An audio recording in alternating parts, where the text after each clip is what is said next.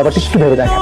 আর খালাম্মা, আমাদের সকলের উচিত বিয়েটাকে সহজ করে দেওয়া, বিয়েটাকে কঠিন করে দিবেন না। আরে বাবা, তোমাকে তো এখনই টাকা দিতে হচ্ছে না, দেনমোহরটা লেখা থাকলো, সবাই দেখলো শুনলো, আমার মেয়ের ইজ্জতটা বাড়লো, আর আমারও ভালো লাগলো আর কি। কিছু মনে করেন না মা, আমি যত জানি যে কাবিনে যে টাকাটা লেখা হয় সেটা পরিশোধ করেই সংসার জীবন শুরু করতে হয়।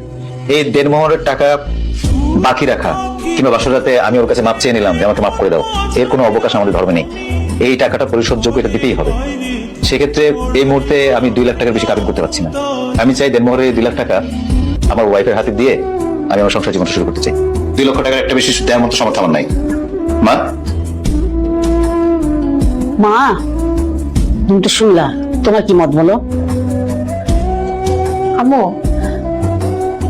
আমার তো কোনো সমস্যা নাই, আমি রাজি। আলহামদুলিল্লাহ, মেয়ে যেহেতু রাজি, তাহলে আমার আর সমস্যা কি, সংসার তো মেয়েই করবে।